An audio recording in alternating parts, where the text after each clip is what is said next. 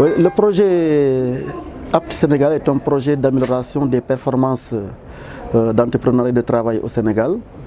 C'est un projet qui vient aider le gouvernement sénégalais à mettre en œuvre la directive numéro 1 du Conseil présidentiel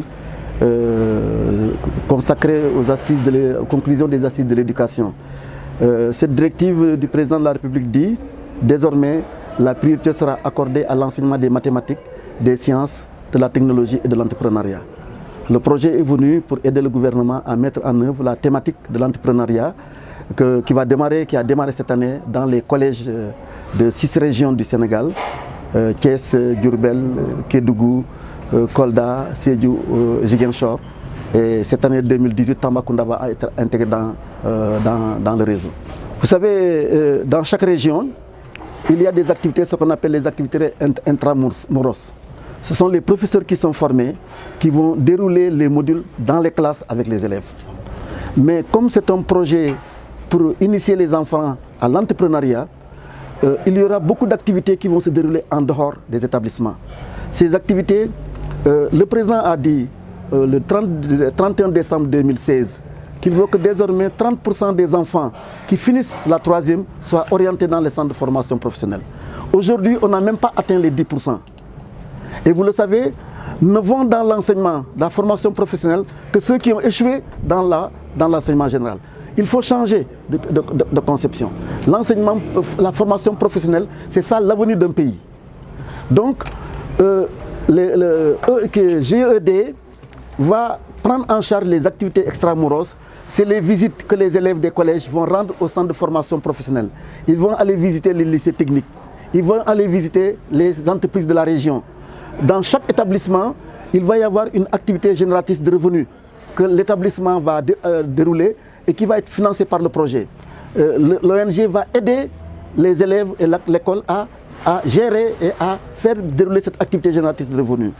Il y aura des journées d'entrepreneuriat organisées par l'établissement, au cours de laquelle l'établissement invite les entrepreneurs qui ont réussi dans la région, les anciens élèves qui ont réussi. Pendant une journée, ils dialoguent avec les élèves afin que les enfants, à partir de la 6e, puissent faire leur projet éducatif et savoir qu'est-ce qu'ils veulent devenir après, au bout de 3 ans.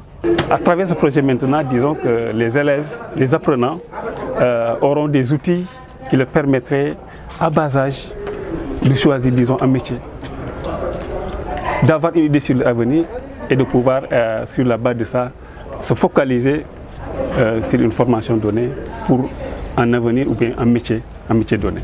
Je pense que c'est l'entrepreneuriat, c'est une manière d'aider les jeunes à développer des capacités, des aptitudes, mais également avoir des attitudes leur permettant d'être opérationnels, disons, avant même d'entamer les études supérieures. Parce que ce qu'on a constaté, c'est que malheureusement la formation professionnelle était destinée, disons, aux gens qui ont été recalés du système, bien qui ont échoué.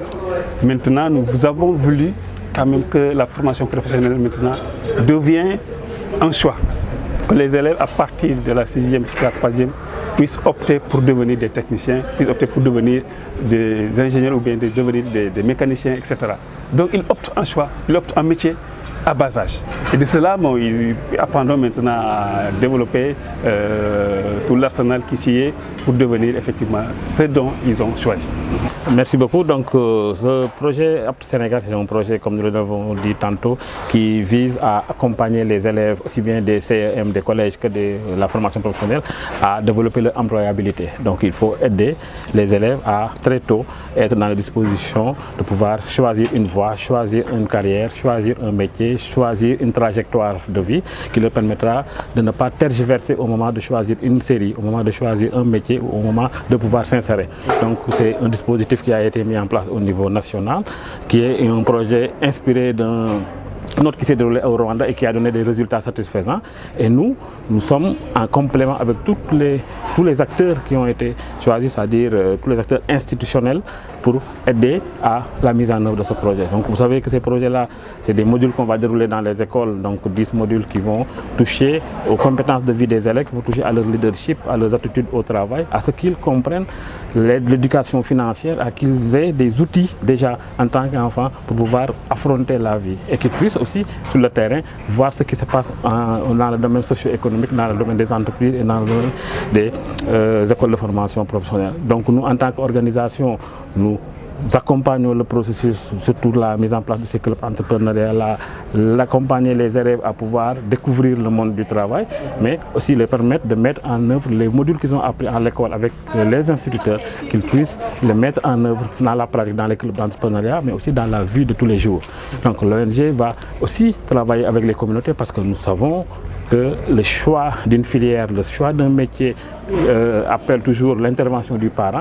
Il faut intervenir au niveau des parents, au niveau de la communauté pour qu'ils comprennent cette nouvelle dynamique-là. Monsieur le gouverneur parlait tout de suite d'un changement de paradigme.